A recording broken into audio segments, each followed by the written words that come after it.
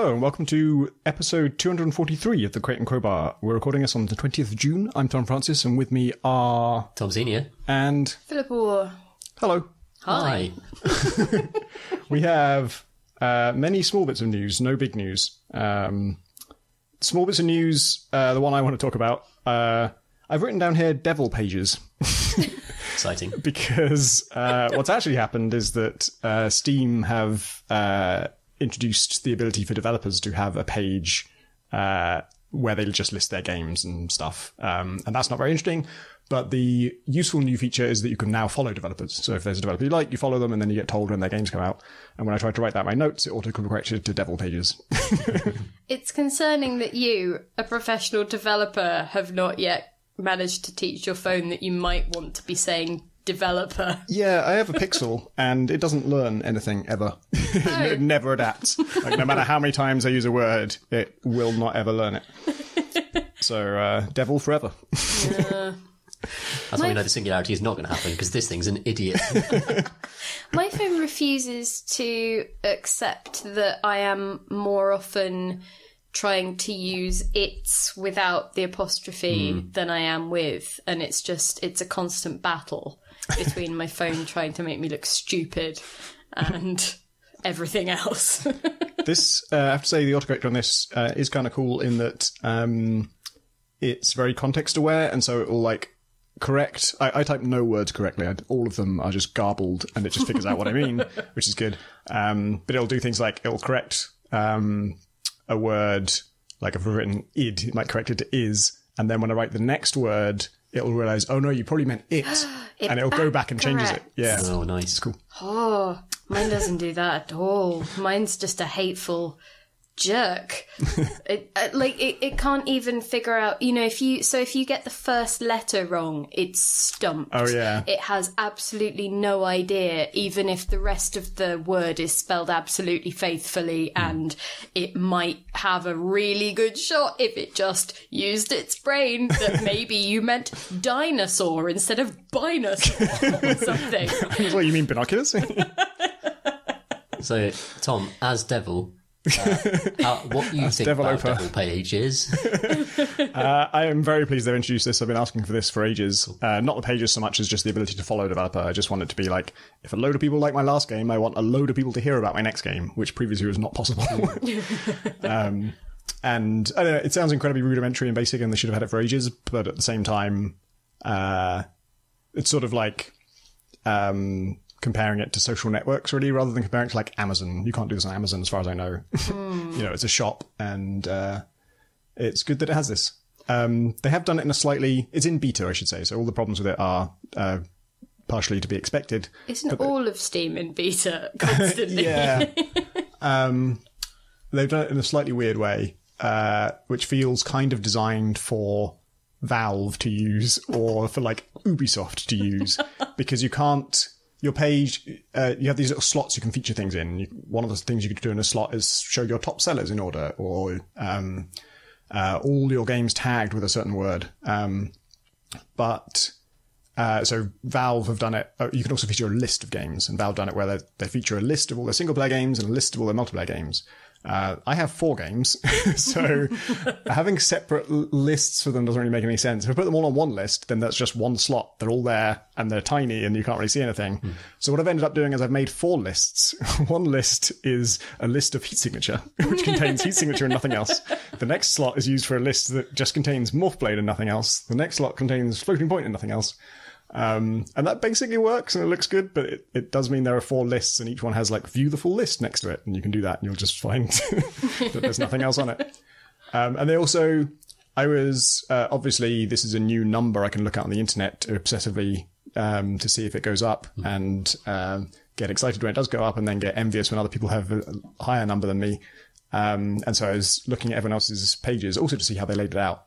And they're all pretty similar numbers because they all launched that day, except Supergiant, who had 2,000 followers immediately. And I thought that's weird because I was in on it was possible to make these pages before it went live. In fact, mine was just I got invited to this sort of private beta of it, and I was just messing around with what these things are, and I made here's my top sellers, but it hasn't loaded them all in, so it's just a DLC and one other game. And then here's my latest games, and that's also broken. And I just had like 3 broken modules, and then I woke up and checked the news, and it had gone live. And so that was just public now. Like, oh shit! So I made my Steam developer page in a frantic sleep fog state, naked in the early hours of yesterday. Like, shit, you this were needs to look living good. your own nightmare, like your own exam nightmare. Like... It's possible that the date it went live was told to me at some point. I just didn't internalize it. But anyway, Supergiant had loads of followers, and I was curious about this. Like, I just wanted to know, did they push it somewhere? Did they do something clever to get people to follow them? But it turns out no. It's because they were already a curator. And I am personally, but you can also make your developer a curator. Oh, so as a developer of games, you can also sort of recommend things. And they've been doing that for a while. That's cool. Which is cool. And now they've got a head start on this, which is nice. But you have to ask yourself, like, why is the developer page unified with the curator system at all? And in particular, when you, like their page, they have these featured slots, and then below that it just lists all your games. For them, the top game is Neo, that Dark Souls-like that they did not make, but they recommended it. And so that's like top of the list of the games underneath. Like, it feels like it makes sense if so. It's a weird mishmash of things. So from what you said about the way the lists are organised, that feels like it's been set up for bigger companies with lots of games to their name. But then the integration with the curator side of things feels like it's then on that side been set up for very small, even one-person studios where they think that people will be interested in that studio's taste. Like, you'll like the games that they are making, but also the games that they are consuming. So it feels like it's in this really weird mid-ground between, is this for big or small? Yeah. And it's definitely not for middle. It's weird, by giving it such prominence on the developer page, they've actually discouraged me from doing it. Like, I quite like the idea that suspicious developments would have favourite games, you know, and like Into the Breach would be on there, obviously, and it'd be sort of like both things I like, but also probably fellow indies mostly. You are wearing an Into the Breach t-shirt right now. Yep. I was going to say I'm on brand. I'm not, obviously not on brand. It's not my game. But you've given up your main advertising slot on your body. The prime carousel. My torso. Yeah, as you slowly revolve and the rest of the carousel is revealed. Is there something on the back? What's on the back? I don't. Nothing. It's a mysterious blackness. Could be anything. Well, that empty advertising space for sale now. But yeah, now I don't want to use that system because it will take up valuable space on my own developer page, where I kind of want to point everyone at my games. So yeah, it's a slightly weird implementation, but it's good that it exists, and I expect they'll iron that stuff out. We saw another Steam thing about loot boxes, didn't we? Yeah. They've had some trouble with the with Dutch law. I am super not speaking in any formal capacity, having skim-read Joe's news story on PC Gamer for this about 3 hours ago, and then again just beforehand. But it sounds like a Dutch body of some kind has been investigating loot boxes and how they relate to Dutch gambling laws, and has deemed some games to be falling foul of some rules or legislation. But it feels like the situation is super unclear based on the Valve announcement, which has appeared on some people's Steam news pop-up, you know, when you log in. And it essentially seemed to amount to them saying, yeah, we don't really know what's going on, but we've been served some kind of legal threat and we're looking into it. Podcast voice. Yeah, this is they've been told that they've been warned that the loot boxes in CSGO and Dota 2 are illegal under Dutch law, and they have said no, they aren't. And Dutch law has said, yeah, they are. And so Valve said, well, we're our Dutch lawyer, and they talked to a Dutch lawyer and they still don't understand why it's illegal.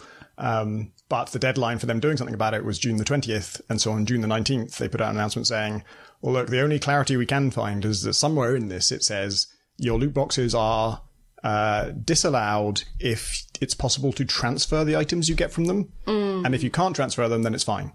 And I don't know why that's the threshold or why it's worse to be able to transfer them than not. But anyway, I guess you get secondary markets from selling things. Yeah, but that seems almost unrelated to the gambling part. I know what you mean. Oh no, I suppose if you can transfer it, then the thing has monetary value, even if Yeah, if you can move it to someone else and they can. And therefore it's gambling because what you could gain from it could be. But like, surely if you enter an actual lottery and then give someone the money that you get. I mean, that's probably not a useful example that will hold up to any sort of scrutiny or be in any way analogous to what's going on here. Well, presumably, they also don't allow private lotteries. I mean, I don't know if they have like a government one, but that's probably gambling law as well. But anyway, Valve's... you see, it lasted all of 3 seconds. Valve have latched onto this and said, sorry, Dutch customers, you can't transfer anything you get in the loot box, which is... and they say, sorry for the inconvenience, we'll try and like figure this out and get them to understand that this shouldn't be a problem.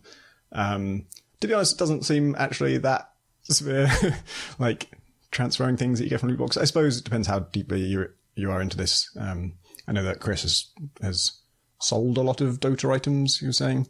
It depends, because sometimes people do sell that stuff on the marketplace, obviously. But I remember a few internationals ago, there were a bunch of item drops, and I just gave them to some friends because it was, they weren't things I was bothered about, and they weren't for characters that I particularly played, but they were cool items, so I just distributed them around. And then they gave you a manila envelope in a dark alley behind the police station.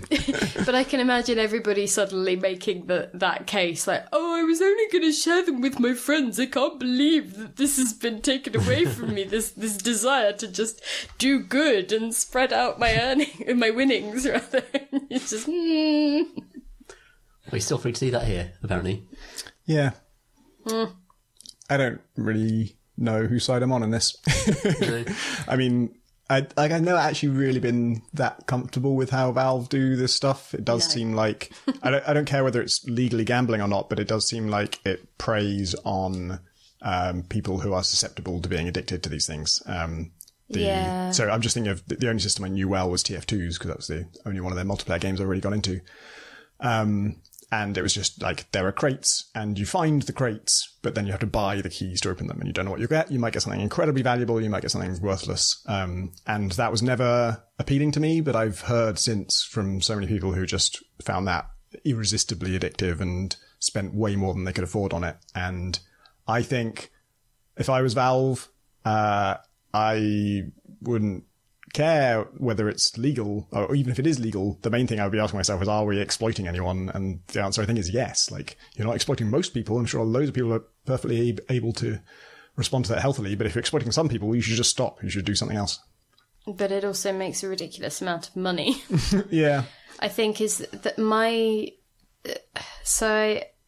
with Dota specifically, I can't speak to TF2 because I don't play it, but with Dota they did actually rejig the loot box system a bit. So with treasure chests, you had it used to be that you had a selection of items that could be in the treasure chest when you opened it, and then it was obviously there were odds of particular things, but you could definitely get a squillion duplicates if you got really unlucky. But then they did rejig it slightly so that you might never get one of the super rare items, but you would always get one of the lower tier items, and those would cycle through all of them. At first you would get one, I think, purely at random, I guess, but then you would get any of the remaining ones, and then any of the remaining ones from that. So you would get the full set before you got duplicates in that side of it. Right. And then the super rare stuff was as an extra layer. You would get one as well. There was a chance to get one of those as well as the other things. So that felt slightly less of a problem, but it's, being slightly less of a problem, it's still a problem. Yeah. And I also think that one of the elements that I really dislike about Valve's approach to most things as a company, not as a set of individuals, is the tendency to essentially go, if it's not, to sort of sit back and throw their hands up or absolve, just not take any form of responsibility and just sit away from it and assume that it'll just sort itself out. Or, at the very most, they might put a graph out and you're like, okay. So, and I'm not being particularly articulate because I'm very tired and it feels like E3 is still happening somehow, somewhere. But I find that I do not often have a lot of sympathy with Valve, the company, especially off the back of a lot of things like the International Battle Pass stuff. It really rubs me up the wrong way nowadays. So, especially the whole thing when they were like, oh yeah, if you manage to get the prize pool to 30 million, then we'll give everyone essentially a bunch of extra hats and prize levels and stuff. I mean, pass levels. And you're kind of like, oh, another way of reading that is if you give Valve, I think it's somewhere north of $80 million, they will give you some hats. That skews it in a slightly different direction when reading that, I would say. They're a very experimental and sort of scientifically minded company. Like, when they do something, they want to measure the results of it. And one of the few things they can measure in absolute terms is money. Like, when something sells, oh look, we have hard data that says this works. And in a company that I think has a lot of a flat structure and a lot of people who I guess basically no leadership. Like, they would say that too. I think that they're not driven by leaders deciding what to do. They're driven by consensus. And in that situation, maybe sometimes it's hard to have direction. And if you have hard data, that's something everyone can kind of, at least no one can disagree with. We've seen this works, whereas it's harder to say, I don't like this. I don't think you should either. Do you have much loot box experience, Tom? I've always deeply mistrusted them and stayed away from them personally. But that's just I know how bad odds are. I've played quite a lot of poker, and it's very hard to understand and wrap your head around odds and chance and concepts like that. And in UK law, I believe they have to present the odds to you publicly before you play like an online game or something. Like National Lottery has lots of mini games and things, and they have to show you somewhere what the chances of winning this thing are. Oh, interesting. And but I don't think that makes a difference, because I think you're a lot of people just think they were going to win. Yeah. That's not how odds work at all. That's how chance works. But I think it is that thing of the odds might be point something of a percent, but you either get the item or you don't. So in some weird mental pocket, it's still always 50-50. It's still either you get the outcome or you don't. Do you see what I mean? And obviously that's not the mathematical truth of it, and it's not how it shakes out over time. But it's that thing of, I will either walk away from this. It's a binary, basically, rather than 50-50, I mean. Yeah. So you either walk away from the thing with the thing you wanted, or you don't. There are loads of fallacies people fall into when they think about odds and chance, and you see that in card games all the time, and you see it in the way that lots of games are designed, and the way that, often games lie to you about chance just to make you feel happier about things. Because true chance and true dice rolls can be quite cruel, and they can make you feel pretty bad. And when you're starting to attach like monetary worth to that, then that can cause problems, obviously, for people who get addicted to it. It's that weird thing of when I applied for maths degrees at university, some of the people who would do the interviews would actually give you a chance or a statistic, like a gambling related problem for you to solve. And it's partly because they are really difficult to wrap your head around, because the answer that you instinctively reach for is usually the wrong one, and they can, really trip you up. It's like that one of, if you are given 3 options and you pick something at random, and then someone takes one of the options away, should you switch or should you stay with what you... The Monty Hall problem. Yeah, basically. But it gives you the illusion of control that you don't have. That's the thing about like gambling games in particular. And I have gambled in the past and I enjoy it.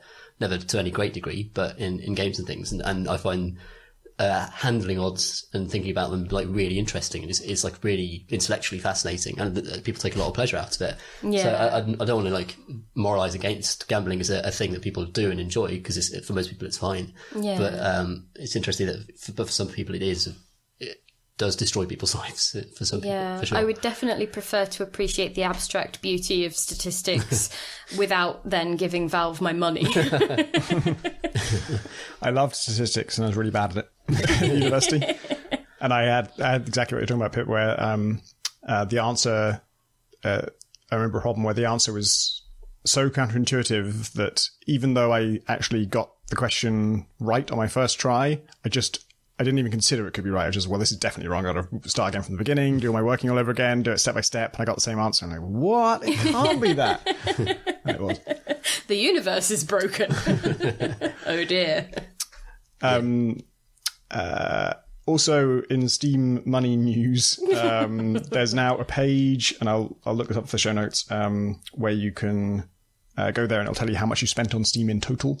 Lifetime. Oh god. Interesting. I've not got there yet. I have spent $4,000 on Steam. I have spent Steam less. games. That makes me feel better. Although Steam, in that capacity, cannot track that transatlantic flight to the international, nor any of the money I spent at the secret shop while I was out there. So I believe my head is in the sand still. It sounded like a lot when I saw that, and then actually I thought, like, Steam started in 2003, and I had an account from pretty early on, probably within a year of it starting, because Half-Life 2 was 2004, so I definitely had one then. Did I buy Half-Life 2 on Steam? Did you even buy it on Steam? Or was it just a thing you had to register after you bought a CD? Oh, I don't know. I think I bought it on Steam, because I remember preloading it and stuff. Yeah. Well, So I was already buying games on Steam in 2004. When did Steam start? Yeah. 2003. Okay. So that's if I started using it in 2004, pretty sure 2004 would be the first time I bought something on Steam. So that's 14 years, and it works out to like sort of $20 to $30 a month I've spent, which is not that crazy really. It's like one game a month. Yeah. I'd be interested. Don't want to go on that page. Don't want to go there. I'd be interested if they broke it down a bit more. I think that could just be an interesting, because people love stats about themselves. It's why people will fill in endless quizzes online or give things access to their lives that they really shouldn't be giving them access to, It's like those, those ancestry things where you spit into a tube and then it tells you that someone at some point in your family tree came from East Europe, and you're like, well, yes. But it's that personalised data that people love. So it does surprise me that they didn't break it down by genre. Yeah, that'd be cool. It's actually, it's a real like back-end page. It's just a URL anyone can go to, but it splits it into 3 categories, and they just have like dev names with like underscores and codes in them. And it's very unuser-friendly, and I expect that they actually don't want to tell you this at all, because the first thing you think is, oh shit, I spent a lot of money on this fucking thing and I should stop. And so my guess is that it might be GDPR related, like maybe they have to disclose now. Yeah, like that's just a requirement somewhere. People must be able to find out how much money they've given you total. I tell you what, that whole, the way that cookies are now handled and disclosed on websites just means that I now don't follow through on a lot of links that I click on, especially on my phone, because they're so complicated and I want to opt out of everything I possibly can. Yeah. And so there are some where it won't let you do that. You would have to go individually, advertiser by advertiser, and opt out on their page. And at this point I just, and I assume it's them hoping that you will say, oh well, I'll just go with it, what harm could it do?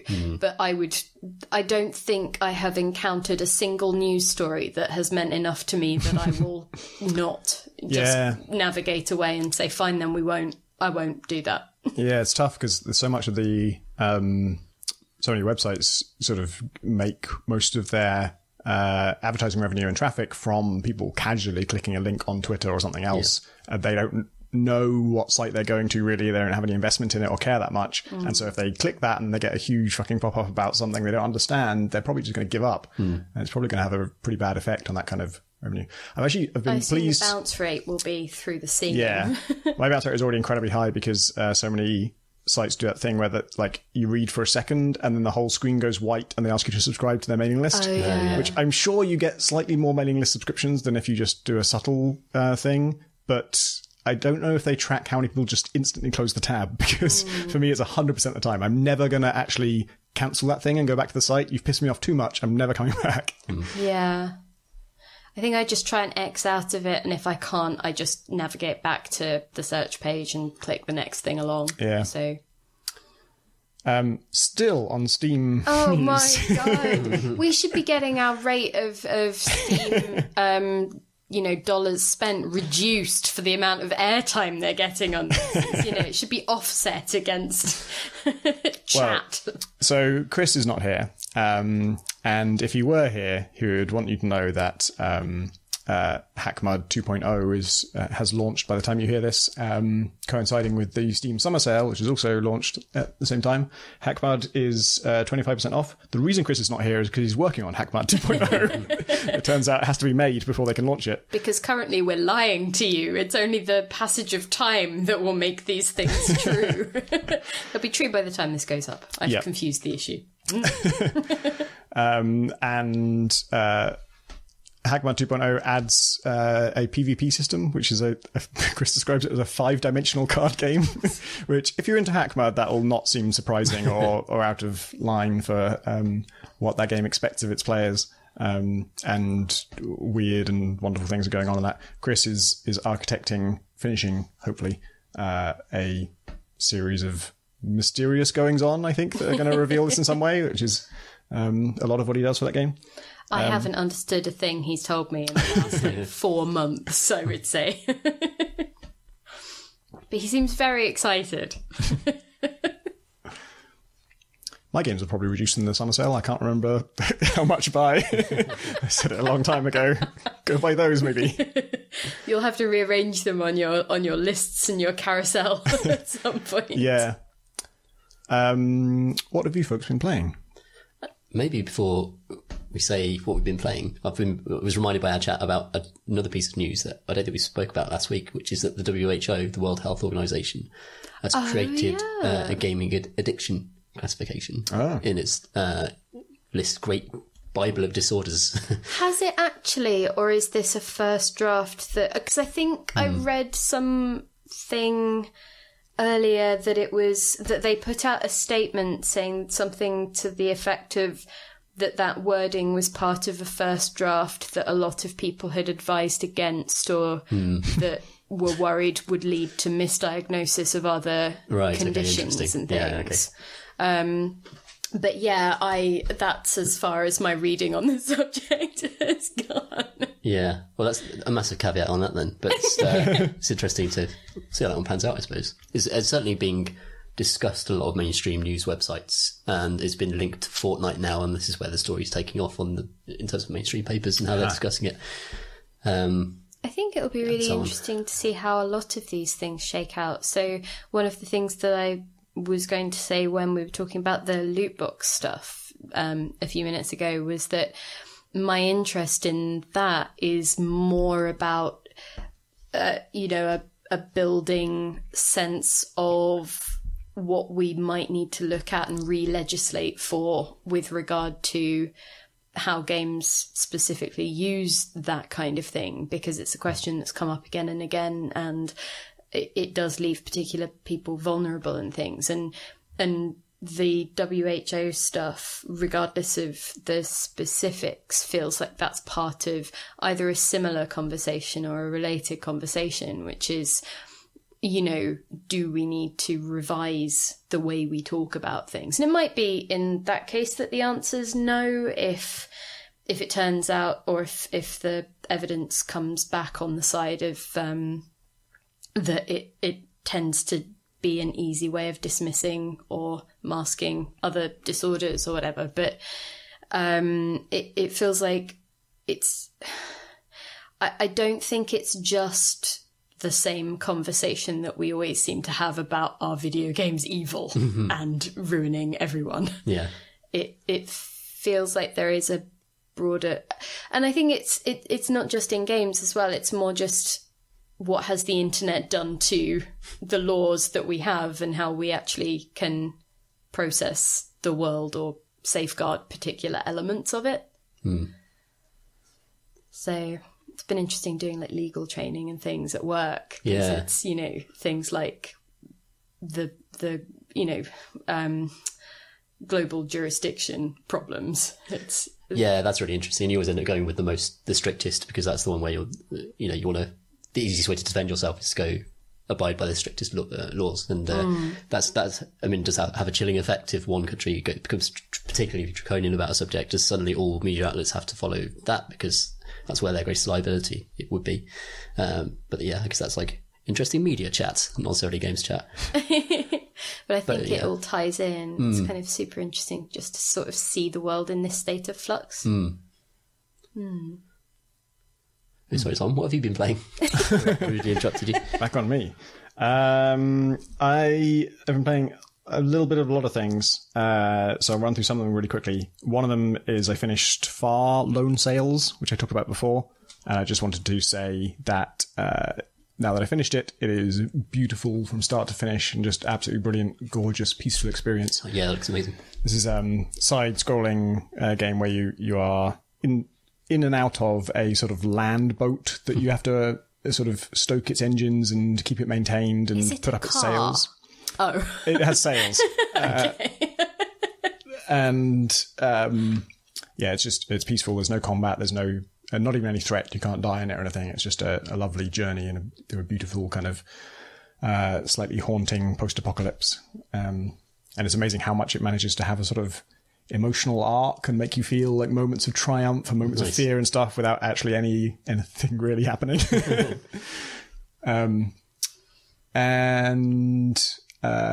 I've played a shit ton of Slay the Spire. Yeah.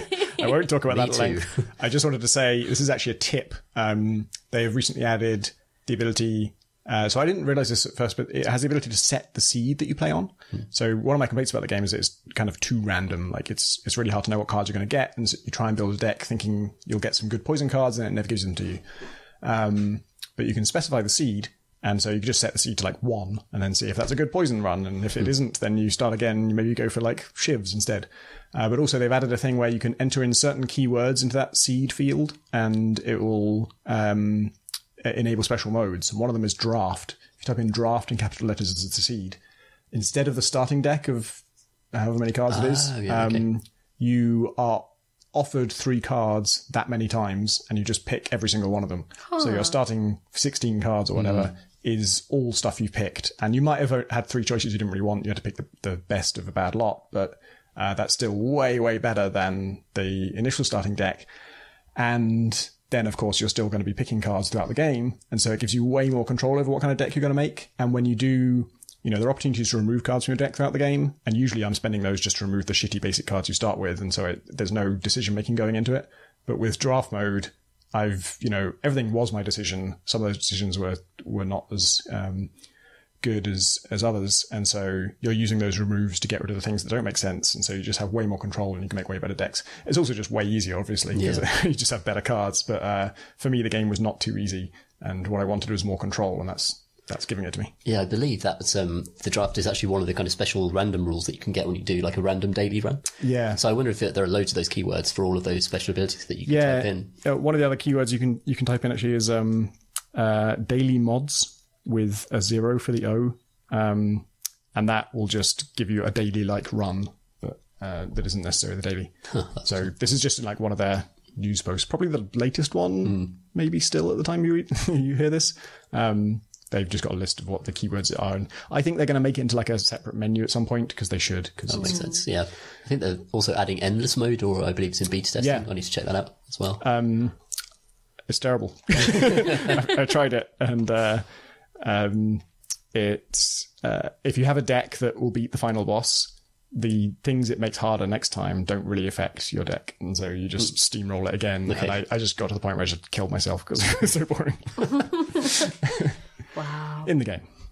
Do you think that the increased control will affect how often you come back. I'm just thinking Yeah, to what we said about the almost the loot box mentality of if chance works against you, you start another one hoping to get a better result this time. But if you have a bit more control and can figure out, oh, well, this wasn't a poison run, so let's just try again. Is that do you think you'll be less... Well, previously it was at the point where I was sort of almost never getting a deck that actually did anything I hoped it would do. Whatever I chose early on turned out to be the wrong things to choose given what I was giving later on, because there's so many possibilities. So I was never getting to have that feeling of like, oh, this deck actually works. Like these compromises I made early on are paying off now because I have these cards. And so now that does happen, by no means all of the time, but more of the time. Yeah, it's definitely going to help me, because I'm at the point of fatigue with the randomization, which I think Tom hit like a month or so before me. But there's also just ways of playing with each of the characters that I love, and that's kind of how I want to play them. So with the defect, which is the robot, what I like to do is generate loads of orb slots, and he kind of fills these orbs with special powers and then channels them to do damage. So I like to get loads of orb slots, fill them up really easily, get them to cycle for free, and then apply multipliers to those orbs and just watch all the passive damage and all the kind of crazy shit that, that my magic juggling act creates, just wipe the board really like in like 2 turns until you just destroy the final boss. And that's how I want to play that character. And I'm kind of not always going in looking for that unpredictable experience. Sometimes I just want to slay the Spire in that particular way. Yeah. And this, the draft is a good way of letting you do that. And also it kind of lets you experiment and think, well, do I want to be punchy with the robot? Because that's apparently you can build a really good sort of martial arts build with the robot, and you just can't do that in random mode. You just have to play it over and over again so often and just be hoping for it. You'll never discover that build. So I think this would be a great mode for Slay the Spire. Yeah. I also have been playing Cryptark, which is not a new game. It's a side-scrolling shooter about going inside spaceships, which is a subject matter that appeals to me. The reason I went back to it actually is because I met the developers while we were both working on our Go Inside Spaceships game, and they'd heard of Heat Signature and wanted to chat, and they were very nice. And so I felt like I should check out the game when it comes out. I did play it when it came out, and I didn't play it for long, and I couldn't remember exactly why or what happened, but I knew I should get back to it. So I did get back to it, and I remembered why I stopped playing it. It's brutally difficult. It's just one of those games that just sort of starts at 11. There's no... It does start easier and get harder, but the easier mode is still, you are immediately, from the word go, on every mission you have a time limit. When you start, you have no idea what enemies look like, what enemies do, or what any of the things you're supposed to take out are. The main sort of objective is you always go inside one giant spaceship and trying to destroy its core. And its core is a big object that just has a lot of hit points, but often it's shielded. And so the first thing you have to go and do is destroy the shield system. And sometimes the shield system is hooked up to an alarm, so you want to take out the alarm first. Or there's a repair system, and if the repair system still exists when you take out the shield system will be repaired by the time you get to the core, so you need to take out the repair system first. And in theory, it's like a pleasingly systemic approach, like every part of the ship does something and taking it out prevents it from doing that. But they have such a sort of linear chain of dependencies like that it kind of boils down to just, you have to take out this thing first. There's no point taking out the other thing till you take out that thing, and then you got to take out thing 2 second, because there's no point taking out thing 3 to take out thing 2, and then you got to take out thing 3. And so that side of it is not mega interesting. But it's kind of nice. One nice thing about it is that all those systems, they're not just a sort of a lump that you just shoot. They all do something. And so the system, like the shield system, is a little core with 2 shields rotating around it. And if you shoot the shields, your shots bounce back and hit you. So you've got to try and get past the shields. The system that controls all the turrets is a giant turret. And you can only shoot it when it's about to shoot you, like it opens up. The system that controls all the doors just has 3 security doors in front of it, and you have to hack them with like a little mini game to get into it. Another one of these systems that you kind of just have to take out before anything else is the shuffle system, which means all systems randomly change places with other systems. So you're going for the repair system to take it out first, and then it just changes, and now it's a system you don't want to take out. So you just, well, I've got to take out the shuffle system first. When you get to that, it's a little grid, and the actual core is on that grid, but it keeps changing positions, because that's kind of like what it does to the thing. So it's got this weird like meta thing where the nature of each component reflects what it does in the grand scheme of things.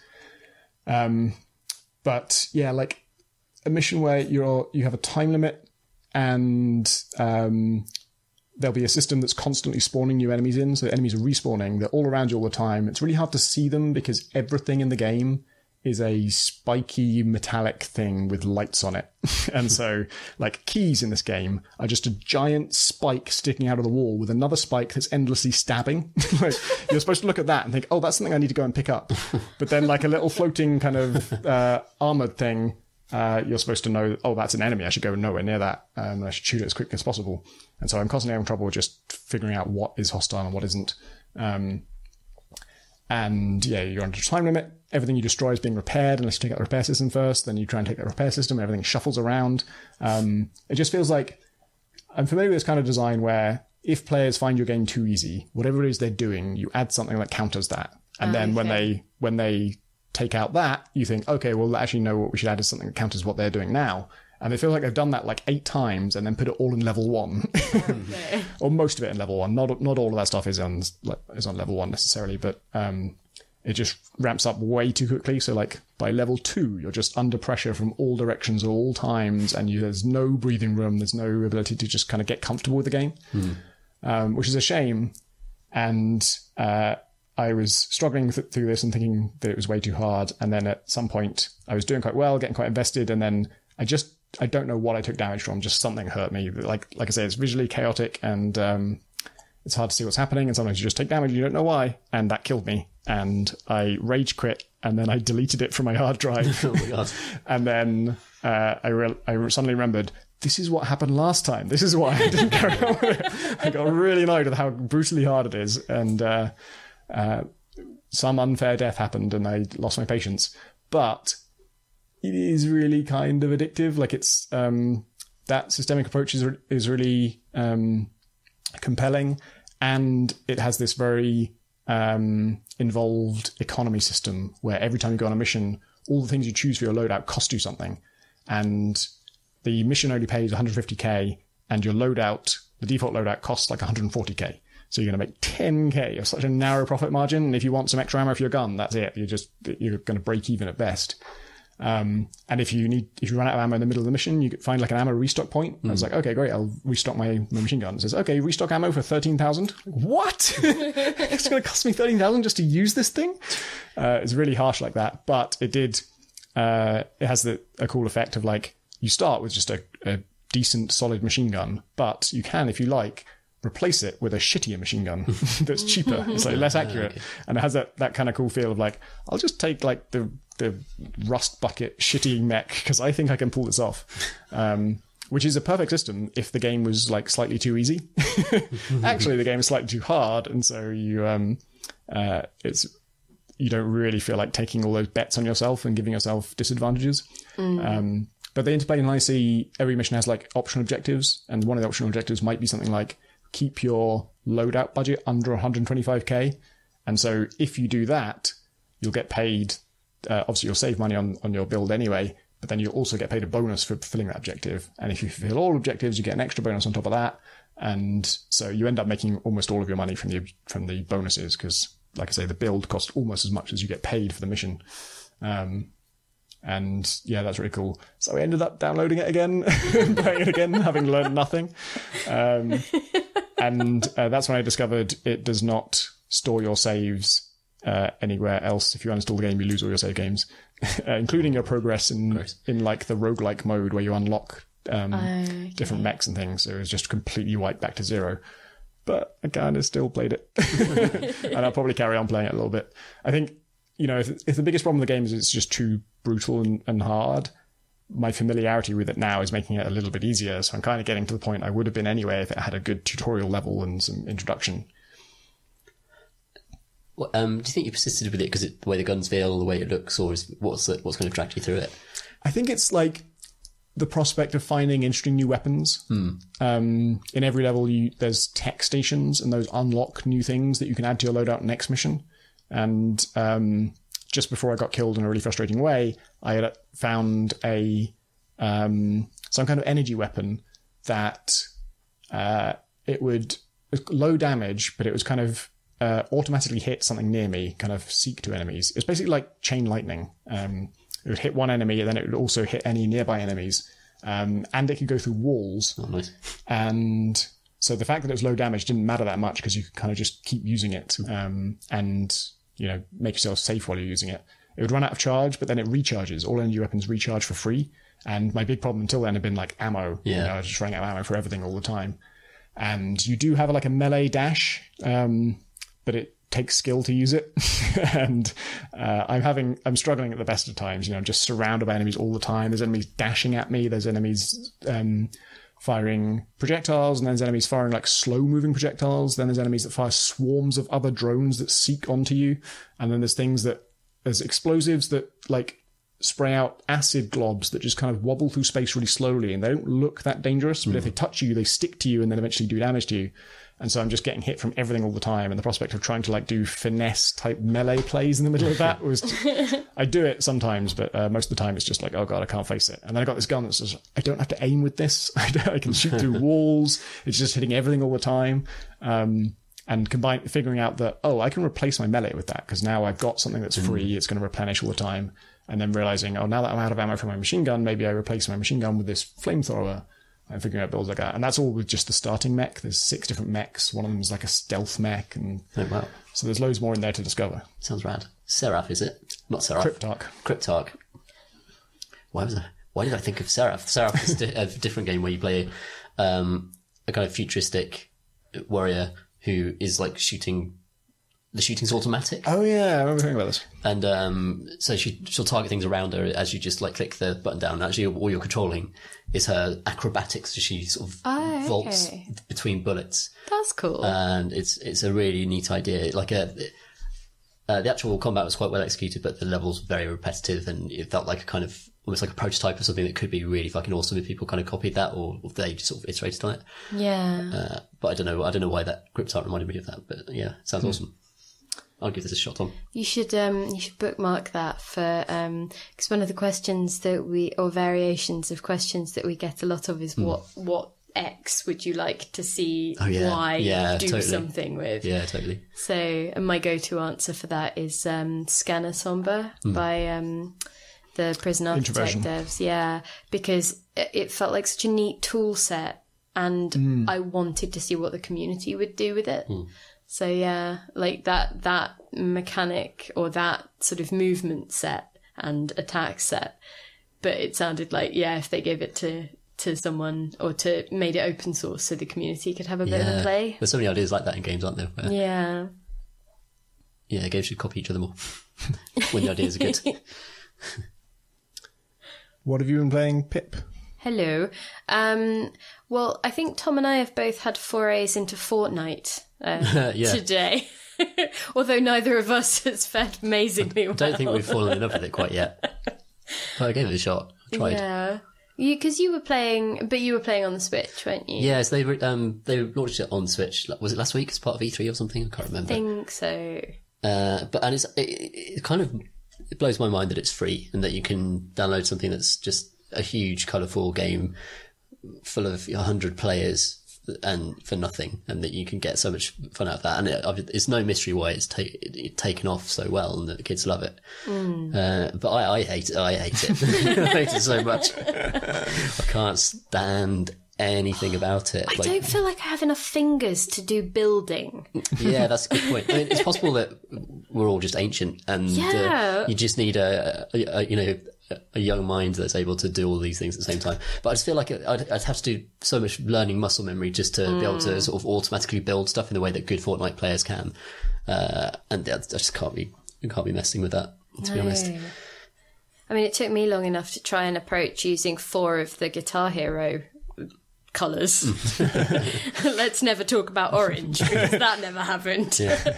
But yeah, so I also did not fare amazingly, but I decided to incorporate the game into my ongoing long exposure screenshot project, which is of interest to probably no one but me, but it involves essentially taking really short videos of gameplay, but where you're standing still, so that or often when you're standing still, so that it essentially is recording minute differences from frame to frame, and then you layer those frames and merge them in an image editing program, and the merging produces an effect similar to long exposure photography. So everything that stayed still across multiple frames is pin sharp, and everything that was moving around is this blurry effect in various different ways. And so something like Fortnite, which was quite bright but had water effects, and when the storm comes in, there's some effects that are associated with that. It felt like a good candidate for that. But I also learned that my highest ever finishes in a battle royale game were always going to come from me standing by the side of a lake pretending I wasn't there and composing shots. I think I finished 17th while doing that and 22nd while doing that. Did you kill anybody or just... No, nobody. So you just I didn't even pick up a waited? gun. I was just standing by. It's called Loot Lake, I believe. Just sort of figuring out, because what I was doing, I was initially cropping particular bits of the frame when I was just being a bit lazy and not investigating anything in terms of the different options, the HUD options and things. But one of our colleagues pointed out that they have a replay system where you can switch into a sort of a free camera view. I think they call it like free drone cam or something. And so I was just sort of while I was playing, in quote marks, while I was playing, I was just sort of getting a sense of which shots I would like to experiment with. And then I would load up the replay, find my character, and then just, figure out, go into this free cam mode and then record, 4 or 5 seconds worth of footage of various things and mess with the field of view and all of that kind of thing. And it's been really interesting, and I really love that stuff because you can make games feel atmospheric, because I think one of the things that screenshots can really struggle to do is capture the feeling of the actual play, the moment to moment play. If you were having a nice experience of the atmosphere, it can still just look like this static, everything in perfect focus. Quite flat image that's really hard to pass. Whereas if you start experimenting with all of these things and then run it through a bunch of post-processing stuff, mess around with the colours, mess around with the effects, obviously, it's not stuff that faithfully represents the product that you might buy, but it can be a nice way of trying to express something about the emotional experience of being in that landscape. Obviously, it's not what you'll experience if you are playing Fortnite. It just isn't. But it was, that's part of that project for me. But also, stupidly, I got, obviously, because somebody did run past me at one point. I watched them, and I just watched them go, and I was thinking, I suppose I could pick up that gun that I can see from here and take a few shots. But it was like, but that just feels really disruptive, and they're on their way somewhere. Sure, they got better things to do than being killed. Exactly. It's like, live and let live, really. I'll just stay here. So yeah, that was one of the things that I was tinkering about with. And the other thing has been Jurassic World Evolution, which is Frontier's theme park management sim that is tied to the Jurassic Park / World franchise. And I No, not good.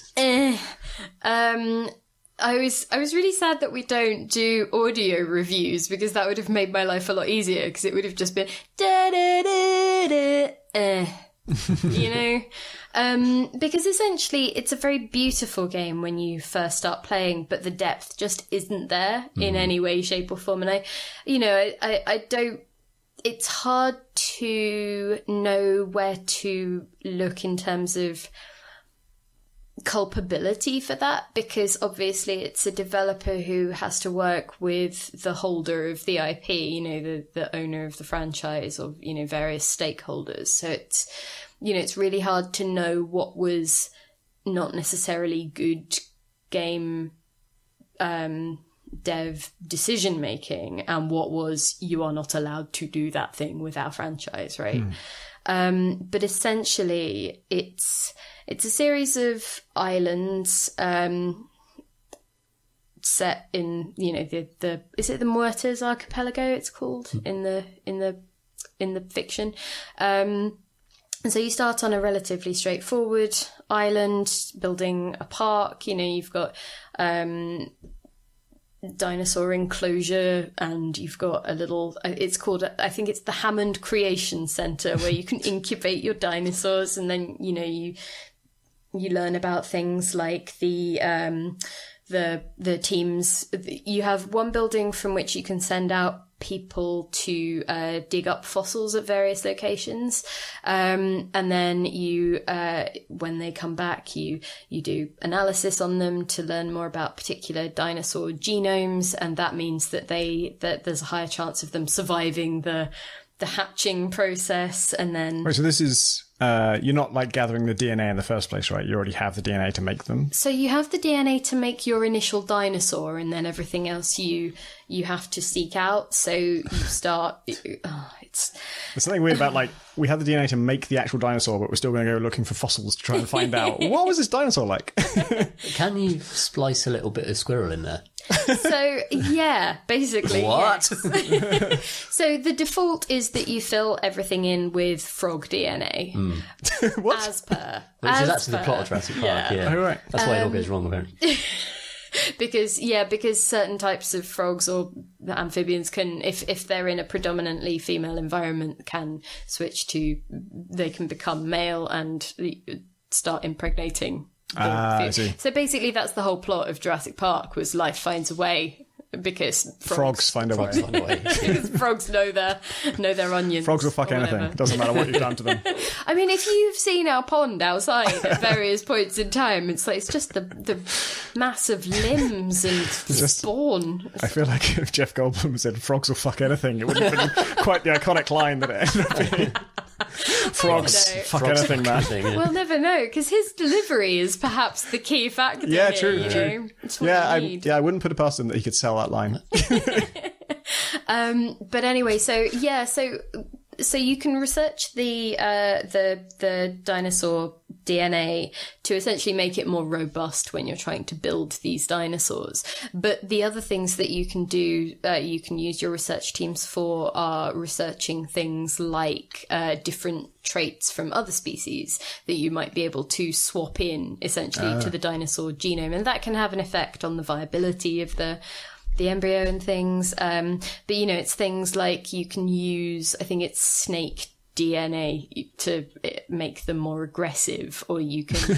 Why do you want to do that? And I think there's a durability bonus if you swap in some turtle stuff, or It seems somewhat simplistic. You can tell that it was a little while ago since I wrote this review, because all of this stuff, it was right there, and now not so much. Can you take it too far and just put so much snake DNA in it that you just made a snake? And then put that in the park and see how it works. What happens is you choose which species of dinosaur you want to incubate, and then you can click on the option to modify that the dinosaur's DNA, but then there are only a certain number of slots along the genome, basically. DNA slots, right? And Makes then, sense. and so some of them are only for defensive stuff, some of them are only for aggressive stuff. Can't put attacking DNA in because here. obviously, Authentic. why not? Good And so essentially, you are building this park. You are trying to manage these extra resources and the costs associated with them. You're breeding dinosaurs. You are, building hotels and gift shops and things to sort of meet visitor needs and things like that. But ultimately, once you've got past all of that stuff, and some of the cinematics are amazing, like when you first release a dinosaur into your park, it is a proper holy heck kind of moment. Really, shit's got a great squirrel's tail. Oh no, we fucked it. This is kind of why I want to just make cross a snake with a frog and ignore the whole dinosaur thing, and a grand unveiling. I've made the frog snake, the freak. Jonathan Frakes. Jonathan Frakes, my pet freak. Feels like you could get... And then it climbs onto a chair backwards. Feels like you could get every monster movie out of this one park if you really were creative enough with the DNA. You could do Anaconda, obviously. You could do... I was about to say Donkey Kong, but that's not what that film's called. Godzilla. Donkey Kong Skull Island. Donkey Kong Skull Island. Oh, God. You could do Piranha. Could do Piranha, absolutely. Yeah, lots of things. But essentially, it's so samey after a while. It's, the crowds aren't interesting. You can't click on a person and get any sense of their experience. That's just crowds, though, fit them in. No, but you know how you used to be able to click on individual visitors to, theme park things, and they'd sort of tell you a bit about their day. You cannot do that. They are just the same few character models again and again and again and again. They could have faked that pretty easily and just everyone I click on just says, I like dinosaurs. But you've also got to balance 3 factions. So you've got your entertainment division, your science division, and your security division. And if you do particular tasks for one, then it improves your rep with them, but decreases your rep with the others. And the reason that you're trying to increase your rep is that it triggers particular, mission activities, which then unlock other research stuff and therefore facilities or dinosaurs or whatever the hell it is. But if your rep with other factions decreases too much, then they'll start sabotaging your park. And it's like in the original JP. In OG JP. Is that what we're calling it? No, never again. But Dennis Nedry is he is a particular human being whose circumstances and venal awfulness mean that he is, ripe for corruption. He needs money, he is a terrible jerk, and, he's not ultimately very good at it either, but he sabotages the whole thing. Whereas Which faction was he? Don't even know at this point. Yeah, hang on. He would have been security, I guess, because he was in charge of the mainframe that locked the dinosaurs up. Hang on, don't all these people work for you? See, this is the thing. I think the idea is essentially that there is a broader corporation and you have been tasked with running the parks. I work for science! But, I was very much why are these people... Can I fire these people? Yeah. These people are dreadful. But so the security division will just start letting out dinosaurs if they don't like you. Look, this is an HR incident now. This needs to be taken quite seriously. Yeah, or this is where you had one job comes from. Right? The origin of that meme is from the Jurassic Park credits. The security team really do just have the one job. And so it's this other, I think one of the other things was, I think my rep fell with, I think it might have actually been the science team, and they poisoned a whole bunch of dinosaurs, and I'm like, no, that doesn't make This is not security. And I guess it fits with the whole awful sort of soullessness of the Jurassic World end of the franchise. But the Jurassic Park side of things was so much about, these, people had their hubristic nonsense, but they were also, so many people in that film were genuinely excited about dinosaurs. They wanted to care for them. That guy is out there with the Triceratops, trying to figure out what's wrong and, all of that stuff. And it just feels like that joy is just not there. It's a bunch of people who are willing to poison creatures because you didn't want to build them a thing or research a dinosaur to the extent that they wanted it to happen. And the other thing is, like, each of the factions will give you the same tasks. It's just it happens to increase your rep with them, not other people. So I had the same task from the security and the entertainment team, which was make some dinosaurs fight each other. Which hang on, again, security. We need to talk. The security department is by far, the most awful and, the prime candidates for a firing. My job is to make sure nothing goes wrong. Wouldn't it be cool if two dinosaurs just had a big fight?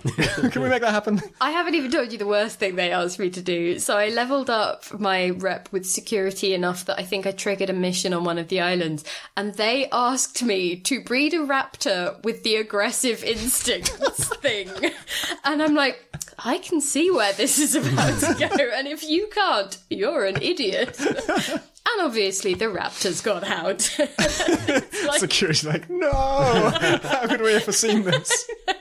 And there was another point where, quite early on, I think the idea was to function as part of a tutorial to introduce how you tranquilize and, re-contain escaped dinosaurs, right? But the way that the security man goes about it is he just demands that you open a cage and release a dinosaur into your park. And I'm like, could we not have done this on the off season, or when it's closed? Why does it have to be when humans? I mean... Is it possible the security team are dinosaurs? They're primarily concerned with... It's like a little person, it's a T-Rex in a human outfit going, and now you let the dinosaurs out. As our chief security advisor, I believe you should put more aggression into the dinosaurs. Why does that chief security advisor eat 2 Triceratopses every day? Where does he get that appetite? He sort of roars at the moon every now and then. It's very, very strange. And so, there's old Terry doing his security thing. His jacket doesn't really fit, but... No. Look at his tiny arms. Let's not mention that. The claws as well. He can hardly reach his keyboard some days. He's wearing a hat. I don't know how he got it on there. But... for all his drinks. So the whole thing is a bit like, really? It just doesn't seem to almost understand its own premise or what made the film fun. And then I had a really weird moment where on the 4th island, I finally put a T-Rex in a paddock and was just gradually sort of trying to wait for some money to tick in, because it was just like, this is the most boring thing. So I tabbed out for a while. But then at some point the T-Rex got out. Don't ask. I can't remember. I think security might have been involved. Probably. Terry, the security T-Rex, might have been involved. But, and so I couldn't actually afford to buy the facility that would let me trap and return it to captivity. Well, so there it goes then. That's the end of that. So I just sort of like, I guess I'll see. So I was gradually letting the money to fix this terrible scenario accumulate. But in the meantime, a lot of people died and a lot of people had to try and find shelter.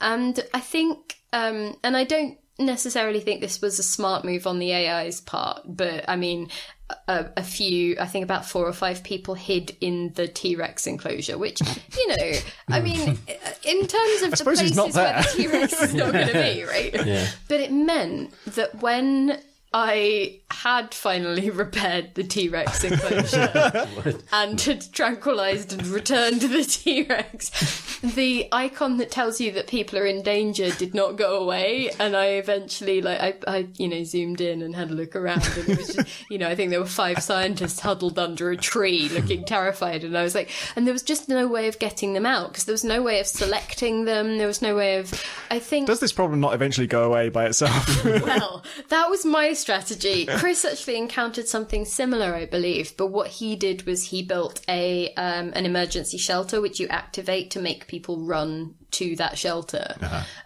within a certain radius, I think. And so he managed to flush almost all of them out using that. But because the money was taking such a long time to tick up on that island, I didn't have that option. No. So it was very much a kind of, oh, well. And I think the way that I actually finally afforded my way out of at least part of the problem was it's that other thing of some of your assets are shared across islands, but money isn't. And that doesn't make any sense to me. So I couldn't take any money with me from any of the other islands to this island to help solve my problem. But I could send research teams out on other islands to bring back fossils that would then appear in the fossil area on this other island, and I could then sell them for money. Oh my God. So the whole thing was just, I can't even. And there are just so many not great quality of life decisions. Like if you want to start again when you've unlocked a whole bunch new things and you want to have another crack at like designing the layout and things, your options are to either painstakingly by hand delete all of the things and sell all of your assets off and whatever else to keep the money that you have earned on that island and be able to use that to start, you know, your freshly rebuilt park, or you reset everything back to the start conditions. You've unlocked more things so you can build them when you have the money, but you still only have the initial cash that you would have started with like when you first accessed it. So you know, I think I had like about $50 million kicking around and a really not great designed park because I'd been designing it on the fly. And so I was like, oh, maybe I can use this to... No, I was back to 2 million if I did that. And I would have to tranquilize and sell dinosaurs individually while also trying to sell bits of the park so that visitors were, you know, so that my money didn't tip into the red and then I didn't lose that money to... Man. Who do you sell the dinosaurs to? Who knows? Same place they go when they die. You just have to airlift them out of there to God knows where. Just dump them in the sea. Oh, and that's my problem now. Exactly. It's so kind of... Just sell them to terrorists. Oh, the whole thing is just... Yeah. And also I was kind of wondering whether any of these plot points were like indicative of Fallen Kingdom being incredibly boring or something, or being about a really weird management scenario that... Is Fallen Kingdom the next movie? It's the one that's currently out. I don't know if it's out in the US, but it's definitely out in the UK. Chris and I went to see it, and it's like...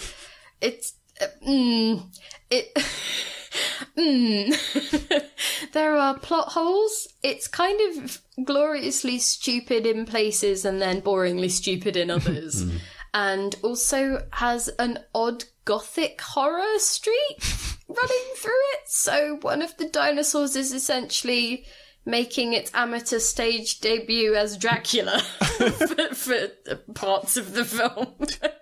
And then they just sort of wholesale crib from the original film. And it's like, I think there's a really bad painting by Picasso that I studied for my dissertation, and it references, I think, both some of his own earlier works and some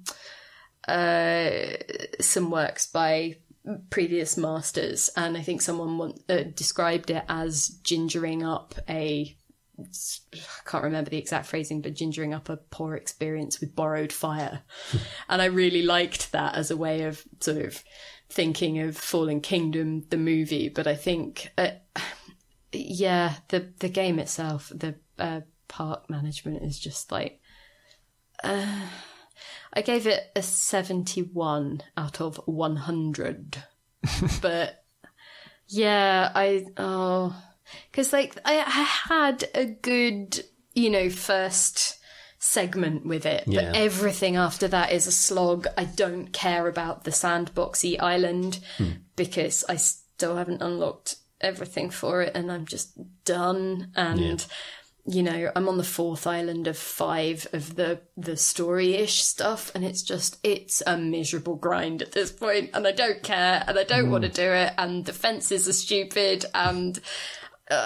I have to do too much work to like the dinosaurs myself. They're beautiful, and when you tranquilize them and you drag them like big sleepy kind of things back to their pens, that's adorable, but that's only going to carry you so far, right? 1 sad Diplodocus out of 10.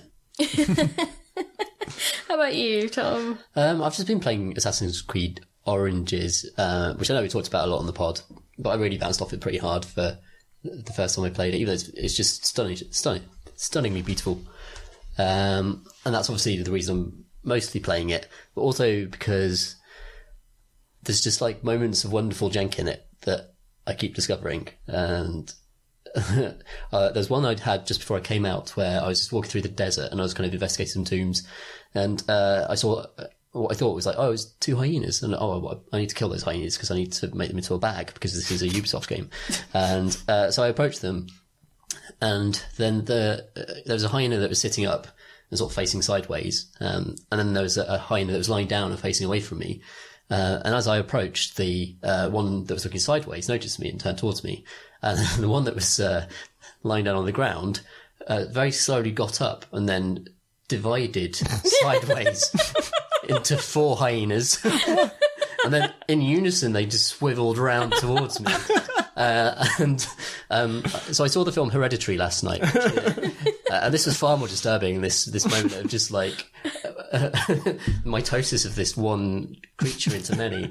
Hyena mitosis. Or is it meiosis? I could get those mixed up. And then, like, as one, they charged me, like the one side hyena and the 4 that had merged into one. And there must have been some sort of weird animation glitch where, you know, they'd found a patch of stable ground to do the lying down animation on or something like that. And they'd all occupied exactly the same kind of point on the ground. But yeah, it was just like a mad, terrified butchering of these poor creatures. Just it's like a moment of kind of weird transcendental horror in the middle of an otherwise extremely beautiful and realistically rendered game about ancient Egypt. I like the idea that maybe this was just a piece of knowledge that had come to the developers through like really painstaking research. Like, no, hyenas can do that. Yeah, shit. Sometimes just split into 4. We were surprised too. We lost a researcher to that. And here we are. Yeah. Oh wow. So is it that brought you back? Is it this weird kind of tension between seriousness and what the hell was that? Yeah, because I feel like the visual fidelity is incredible. Moment to moment, it is like a proper leap from a load of other game worlds. And that bodes so well for like ancient Greece. I'm really excited about the next one. Yeah, me too, actually. I think it's going to be just a beautiful, like, go around some Greek islands and sort of see a kind of cartoon fun version of history there. Like, I'm so up for that. That's brilliant. However many hippos they choose to, divide. But yeah, it's also just like moments where you could put your horse on a road and hold down A to have them just like glued to the road, then tap Y to have them just autopilot there, which is brilliant. Like that's a brilliant thing to have in your game. And then you could just go, as I was described before in previous pods, like you could just embody an eagle, because that's what the series lets you do now, and that's awesome. But I quite like staying down on the ground to see how the horse madly navigates the dynamic elements on the ground, and it is a crapshoot down there. Like there's a reason they want you to go up into that eagle, and I think it's because that horse cannot handle the shit that's going on in that world. And you can kind of see when the pathing is going to go mad, because like there are like traders that kind of dynamically move between settlements. It's incredible. Like you just see them like coming down the road towards you. But you are in a slightly built up area, and this is where the horse is going to go to fuck. This is the precise combination of elements and I'm sort of like watching there, like with popcorn, and it's like, what the fuck's it going to do? With the number of horses in this world and the number of people who travel by horse, there is no villager in any city in that world that is not kicked in the face by a horse at least 5 times every day. Like, they have no awareness that horses go on roads. They just, like, walk straight into them and your horse fucking smacks them in the face. And it just happens constantly, and, like, happens to the AI as well. They are the horses are the dominant species in Egypt, according to Assassin's Creed Origins. But yeah, I'll watch the horse, and the horse sort of like isn't allowed to slow down. It's like it sort of seems to be under instruction to get the player where the fuck it needs to go as fast as possible, as fast as this horse can go.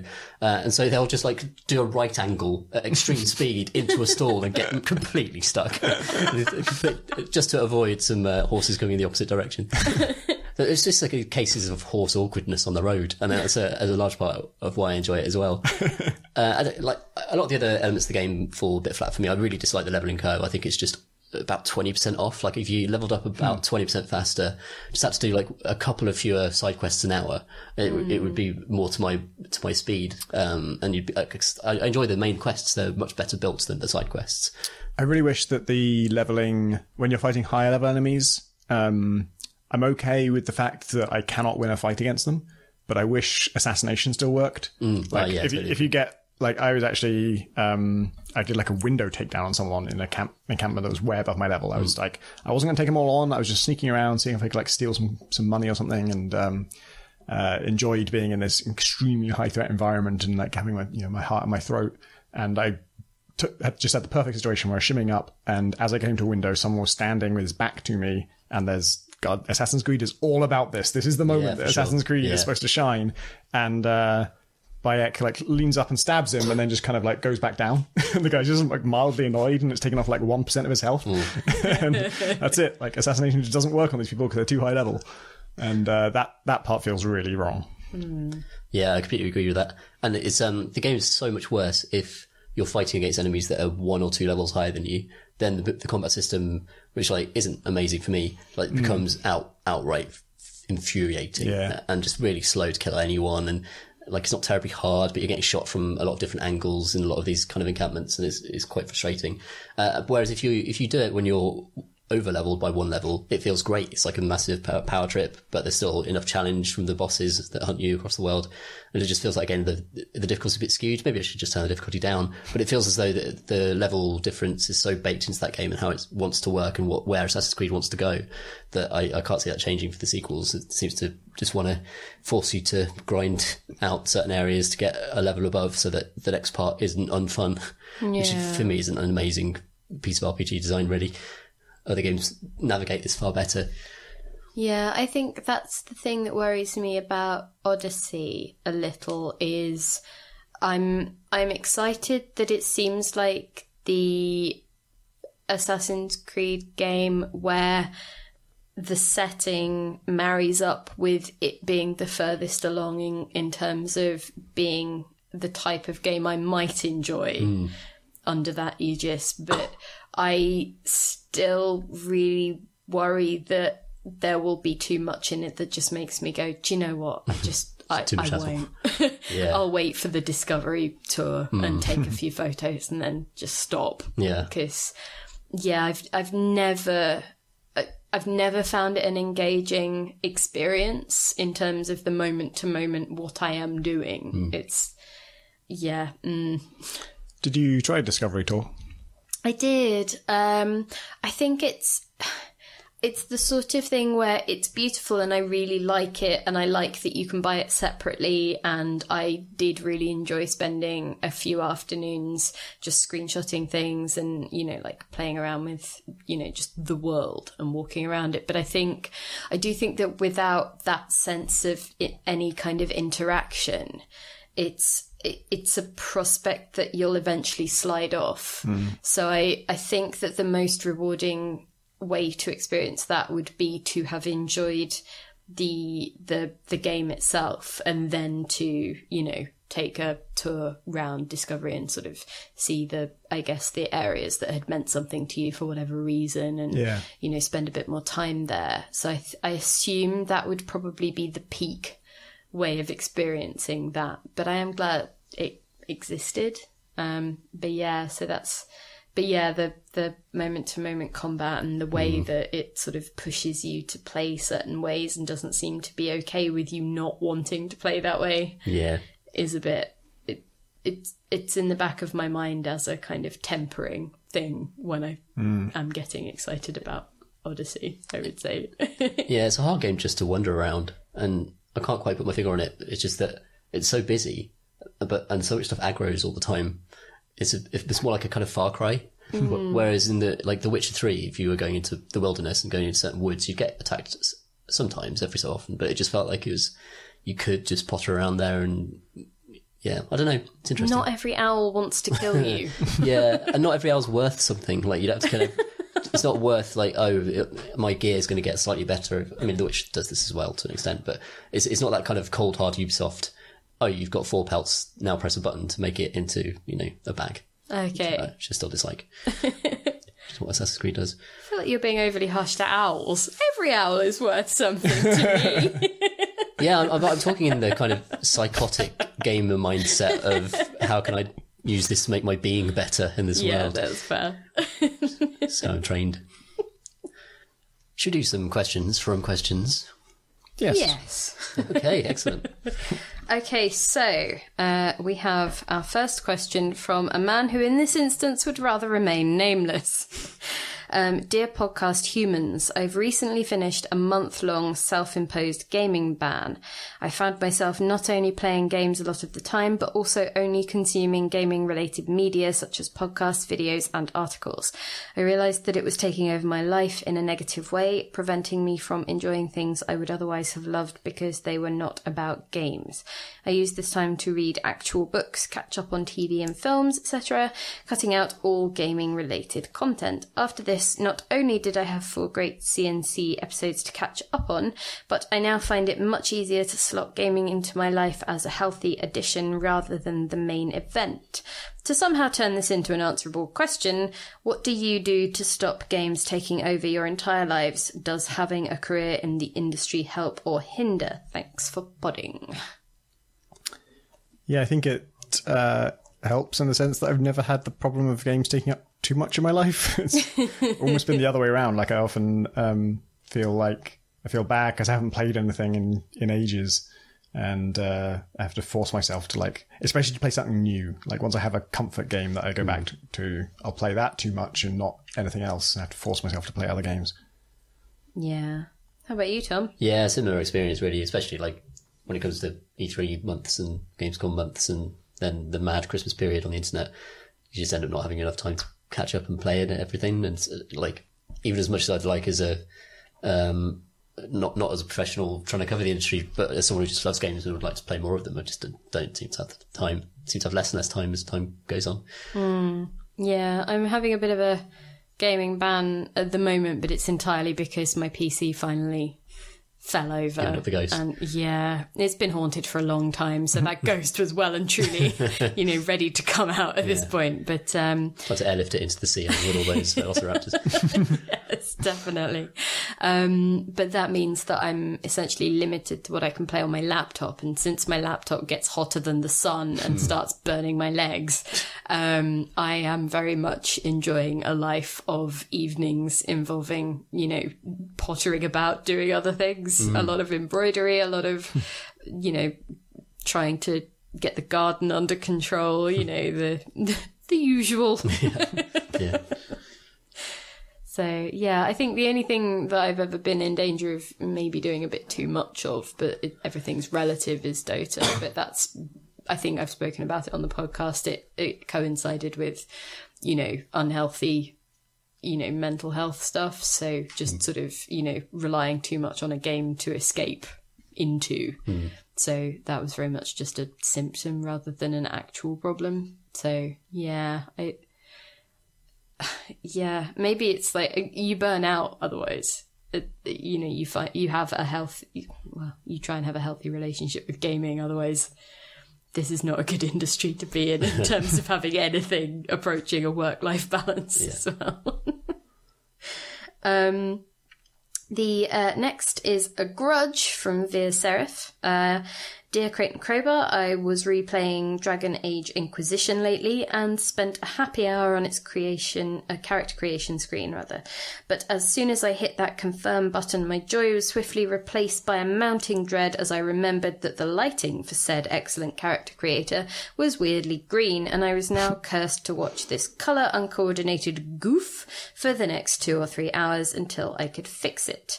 In short, I would like to lodge a grudge against all character creators that either, 1, don't give you a good idea of the lighting that will be used for literally the rest of the game, come on now, BioWare, or 2, don't give you a quick, easy way to fix your horrendous mistakes. Thank you for considering my petition.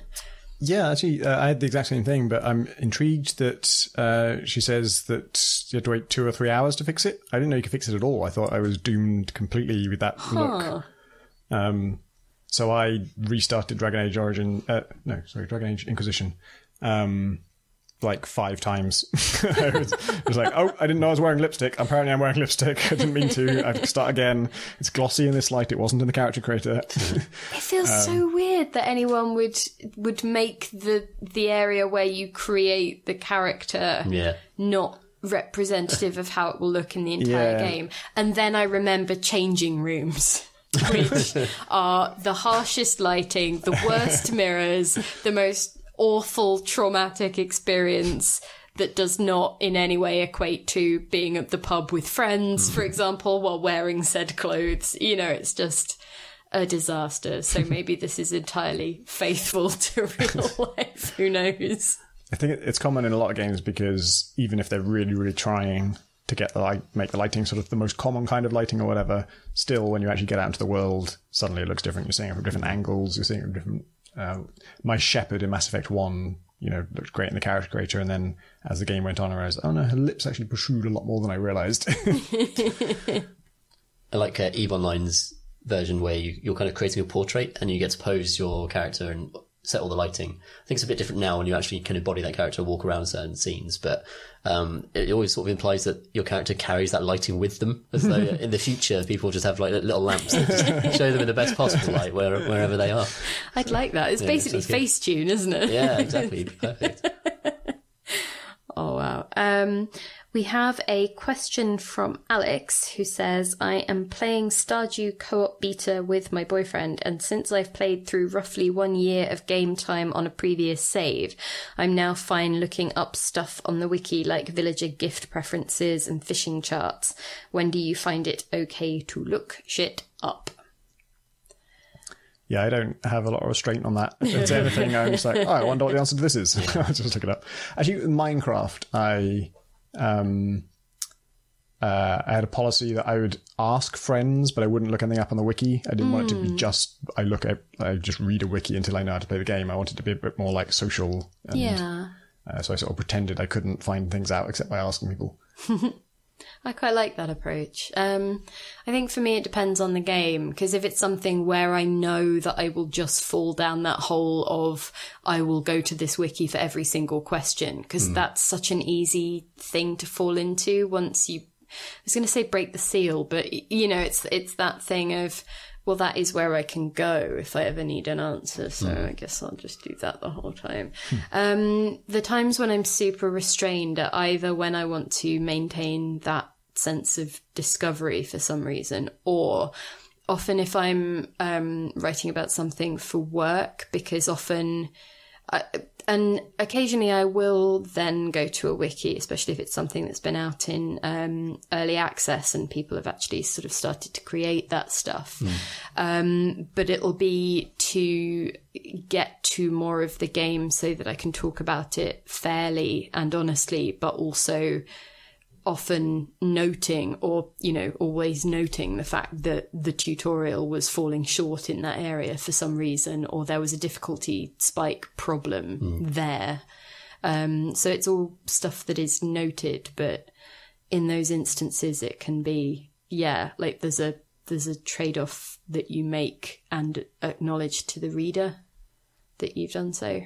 But yeah, I think we've talked about that stuff before as well. I wish I had a good memory so I could say, and check out also episodes this, and this. Yeah. George asks, do you have any favourite board games outside minis/hobby games covered in Minis Monthly? Are there any video games you'd like to see make the transition, like XCOM, Paradox's games, Doom, The Witcher, etc. have done? I'd love an FTL or Bomber Crew game. So we say this sitting right next to my board games shelf. Yeah. So this is useful for inspiration should you need it. League of Legends makes for a good board game, I would say. I think we've talked about it before, and Tom, you started playing through some of the missions with us. Which was the mech thing. Yeah, mechs versus minions. That feels like... it doesn't feel like the board game of League of Legends, right? No, it's definitely not. But it's a good one. But yeah, we've spoken about that before. I really like Time Barons, which is not a conversion of a video game, but it is partly by Derek Yu, who's the creator of Spelunky. and John Perry. And that's a game where you sort of you build buildings and put followers on them and stuff in order to like deal damage and stuff. But you can also tech up through the ages. It's kind of got an Age of Empires thing where there's eras of medieval and modern day and World War II and that kind of stuff. And like Age of Empires, or especially like Rise of Nations, you can tech up way ahead of your opponent and be in like futuristic land while they're still in the Middle Ages, which is fun. Sweet. Enjoying Sherlock Holmes Consulting Detective at the moment, which is a really fun co-op game. So I'm playing through it with my girlfriend. It's a bit stupidly hard and obtuse in some ways. Yeah. But that's kind of, I think if you stop trying to beat Holmes and you just kind of explore at your own pace and try and figure it out, it's a very good social time.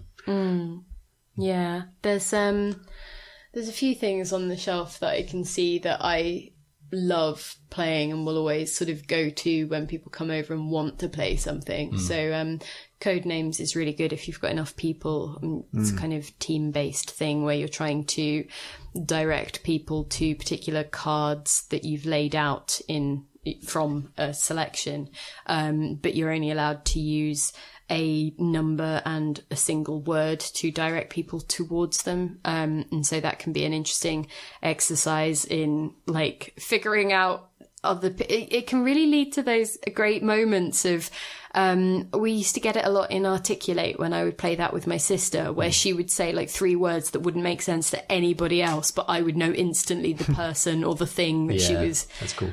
getting at. And so I've played it with a fair few people, and interestingly I've played it in scenarios where a couple is totally not on the same wavelength for a thing, but friends are. And so it's been fascinating to watch who has that very specific rapport.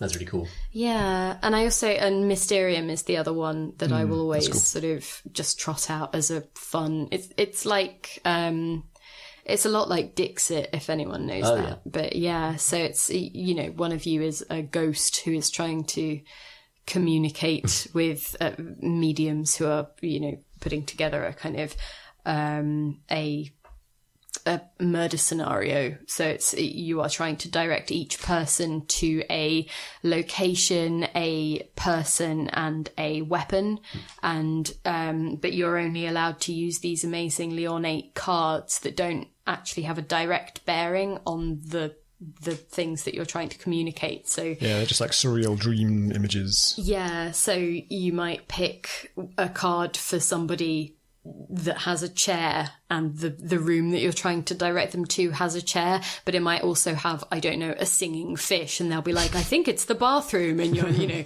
ghost is desperately trying not to put their head in their hands at this point. So that's another one where it's like, you thought I meant what? And there's an amazing sort of deconstruction afterwards quite often. And I also have like a real weakness for those kinds of games that are quite pleasant but not, you know, extreme in any way. So there's a game called Karuba, which is essentially about, you know, each of you you lay out 2 pieces on a board to represent each of these different journeys, like different colours. So you're going from one orange marker to another orange marker. And once everyone has done that, and laid out all of their different ones, you're essentially drawing a card, or a number rather, that corresponds to a card that all of you will then place on your board. And so essentially it becomes about all of you have this individualized challenge of using the same pieces to make a different journey across the board and try to sort of make the most efficient route between your versions of those opposing pieces. I'm explaining it incredibly badly, but I quite like that indirect conflict that you get. So yeah, there's quite a few things like that on the shelf. So yeah, so I like small things that are quite logic based. No one else wants to play.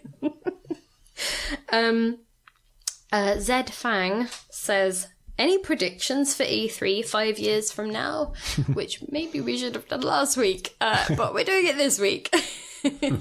So we did this 5 years ago and tried to predict this E3, and we did a sort of a scorecard type thing, comparing how well our predictions worked. And I don't know if you guys mentioned this last week, but No. I wasn't here for it, I guess. the prediction we were joking about, because we reviewed these predictions foolishly before E3 actually happened, and we were laughing at mine, which was that AAA games would involve roguelike elements. And we're like, well, that didn't happen. And then it kind of did at E3. Prey introduced a roguelike mode. So I'm feeling smug about that. Supposedly, immersive sims are struggling, and I remember hearing that Prey didn't do what they hoped it would, and so this could be phrased as one game in desperation is trying a completely mad thing that may not work. But I choose to see it as an industry trend that's going to sweep. That's not actually my prediction for 5 years' time. I was going to say, riding high on your trend predictions from 5 years ago, have you got any other pearls of wisdom people might want to invest in before they get big? My predictions will not happen at all for 5 years, then right at the end they'll partially happen to one game. But isn't that the sort of thing that gets you the biggest dividend on like a bet, right? Yeah, maybe. There's a load of stuff you could say that would almost certainly be true, but isn't interesting, which is like the big franchises will continue to do iterations that try and make them bigger. But I really, this E3, they were saying like Fallout 76 is 4 times the size of Fallout 4, and that was just, who cares? Why would I need it to be bigger? That was not a complaint anyone had with Fallout 4, I'm pretty sure. And I think and hope that we'll see more games kind of going inwards rather than outwards, like rather than just trying to make a much bigger thing with even more stuff in it and this maximalist approach to game design. I think hopefully the diminishing returns for that are going to become more and more obvious. And I would like us to see just more weird just ideas. Like the whole Battle Royale thing is all those elements already existed. We already had literally like a last man standing mode in most deathmatch games in the 90s or the early 2000s. And but it didn't take off because it was just missing a couple of ingredients that make it really click. And probably even just the culture and the streaming and stuff wasn't around back then, and maybe that's an element in it as well. And I feel like there's going to be more stuff like that. I mean, the next PUBG or Fortnite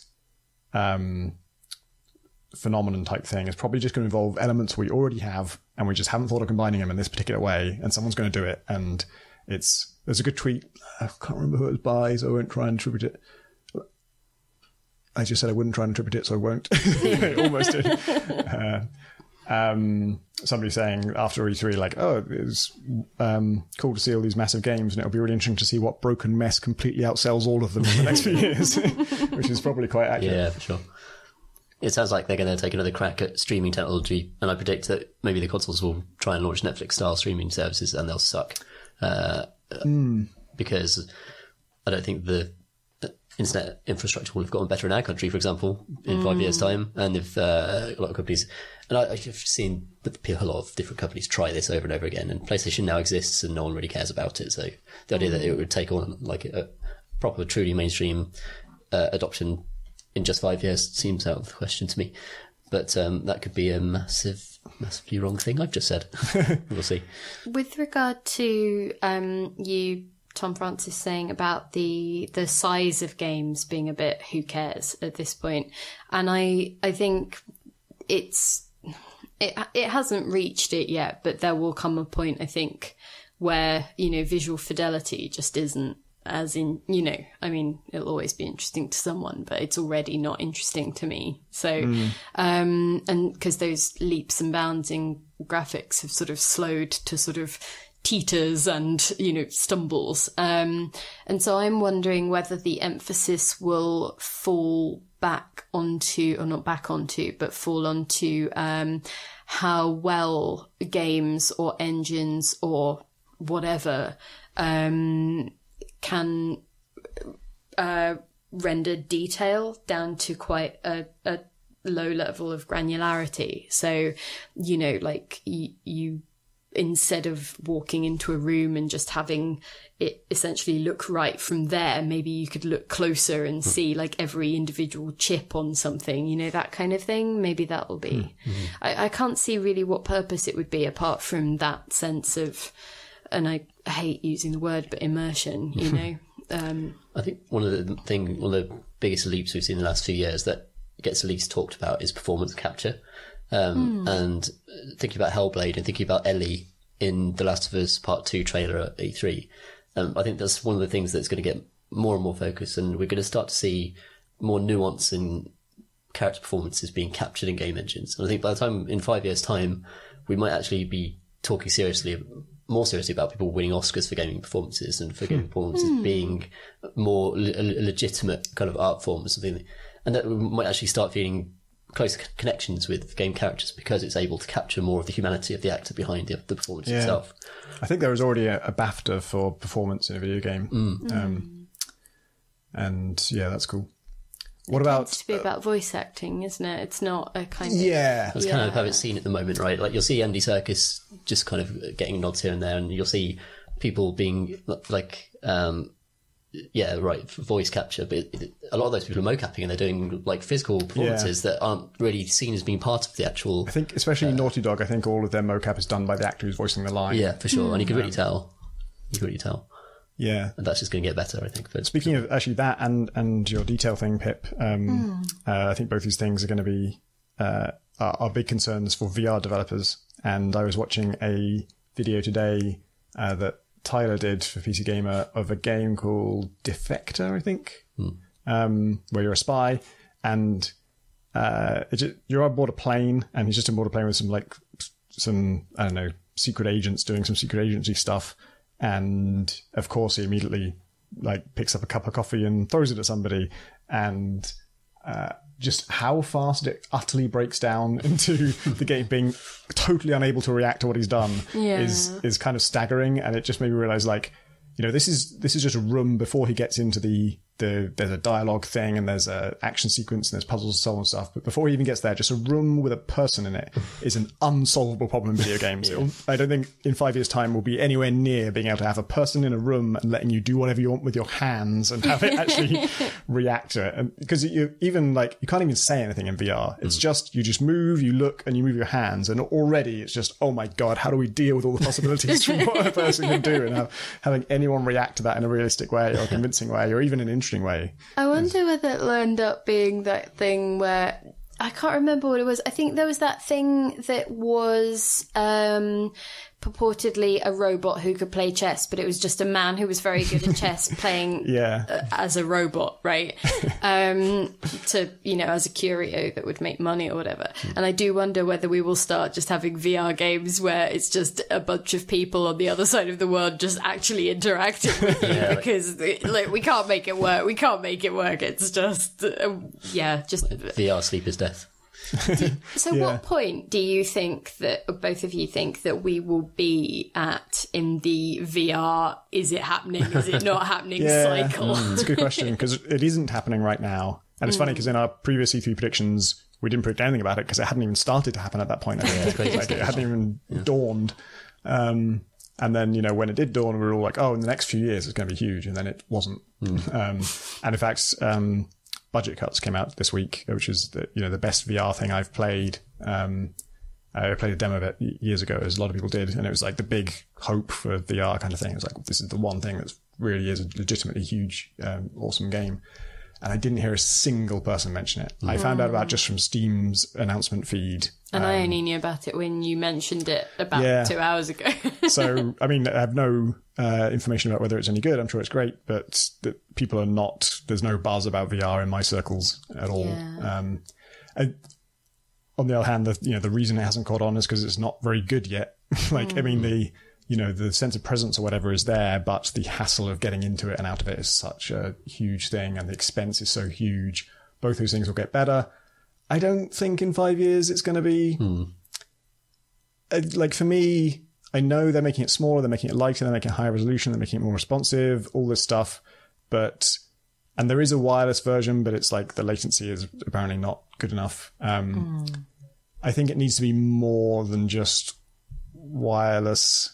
I think it's got to be, I don't know, room scale is always going to be a hassle because you have to clear your room at the very least. You've got to get all your shit out of your room. It can't just be American size room scale or specifically Californian size room scale. It has to be, I live in London, oh God, room scale.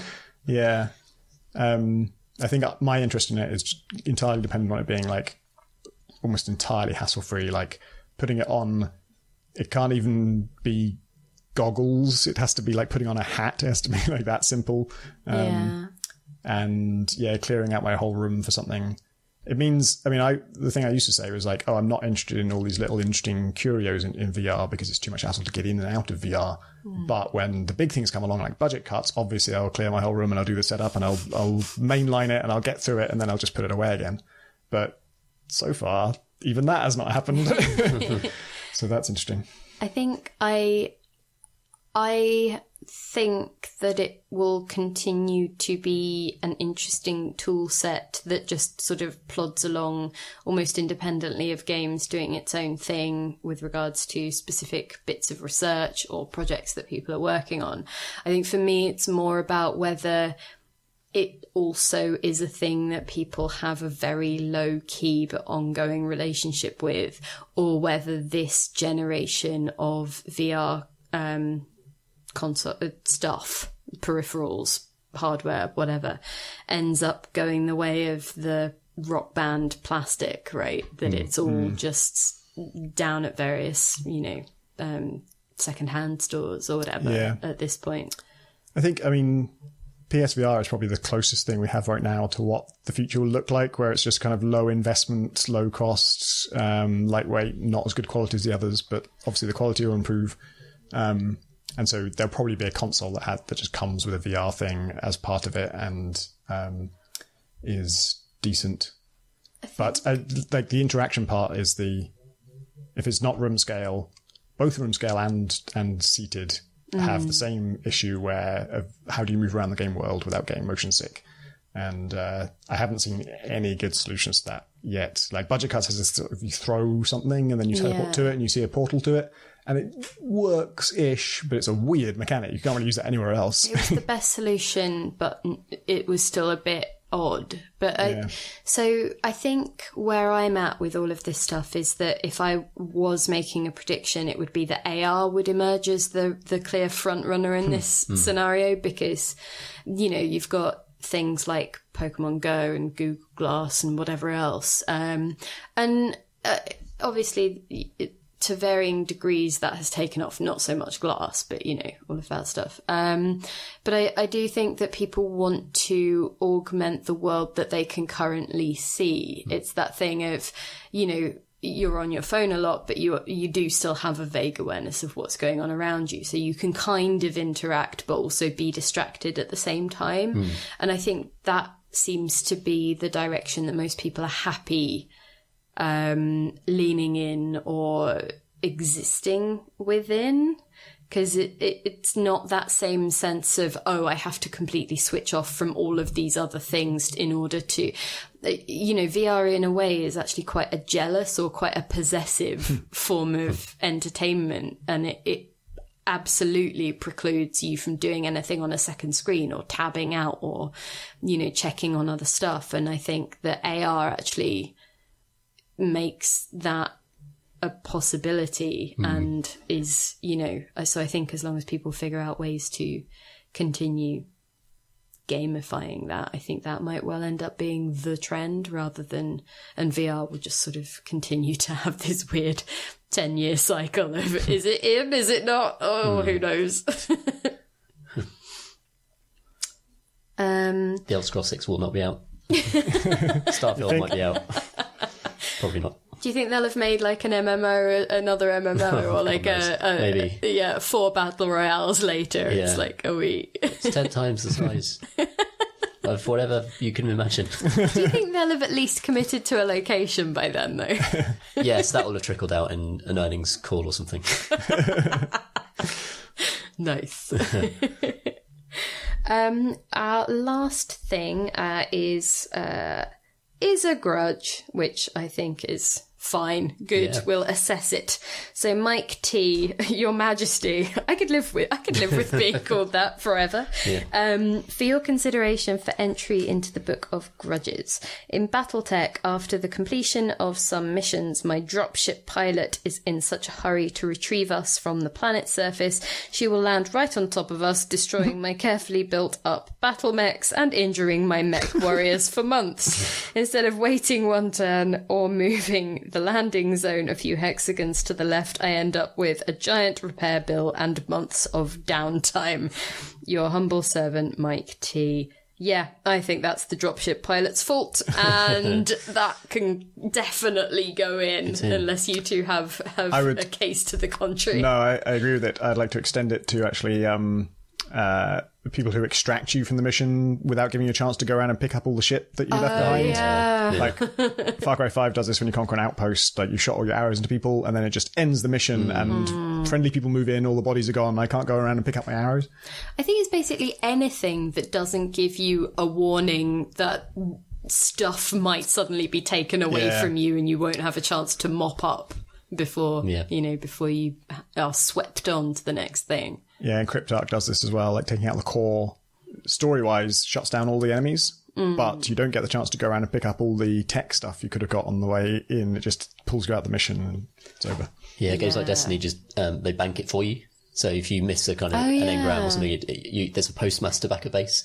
And I don't care how you have to fudge the plot to make that happen, but it's much better that you just give me the thing. Yeah. So I would say to Mike, that is definitely in the Book of Grudges, but I'm also going to leave like a 2 or 3 page gap after it so that we can add in specific other instances of this exact same things that devs need to get on immediately. So yeah, I believe that is all the questions that we have time for. You can send us a question at questions@crateandcrowbar.com, and you can follow Crate and Crowbar at Crate and Crowbar on Twitter. There's a YouTube channel, youtube.com/Crate and Crowbar. We are supported by our lovely patrons on patreon.com/Crate and Crowbar, where you can give us $1 per episode or something. What other things do we do at the end? Did you do the YouTube? Yep. Nice. I don't think there's anything else. There's the Discord, and that's linked to on our website, which is crateandcrowbar.com. Nice. Excellent. In that case, it's just individual social medias, and I'm off social media currently, so that's quite quick on my part. I don't have to spell anything.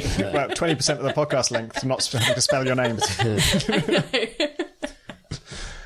I am at Pentadact, PENTADACT on Twitter. I'm Tom Francis, by the way. I'm Tom Senior. I'm at PCG Ludo, and I might be tweeting about the World Cup for a bit, so please excuse me for the next week or so. Nice. Did you enter the work sweepstake?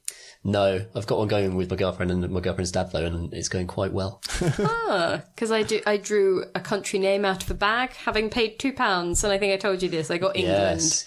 Might as well have thrown that 2 quid in the Bad sea. luck, Pip. Bad luck.